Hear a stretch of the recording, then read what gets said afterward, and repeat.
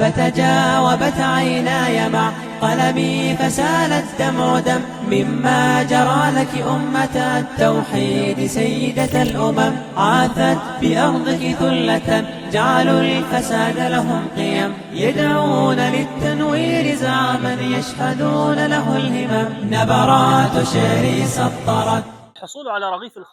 G'azo sektorida minglab oilalar uchun bir burda non topish ham kundalik sinovga aylangan.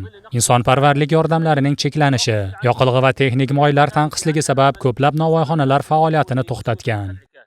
Bugun 2026-yil 27-iyun kuni Saxovatli qo'llar xayriya tashkiloti ko'magida 300 bog'lam non tayyorlanib, G'azo sektoridagi ochlik va qamal sharoitida yashayotgan ko'chirilgan oilalarga ulashiladi.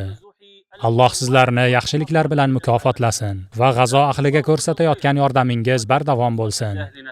فتجاوبت عيناي مع قلمي فسال الدمع دم مما جرى لك أمة التوحيد سيدة الأمم عاثت بأرضك ثلة.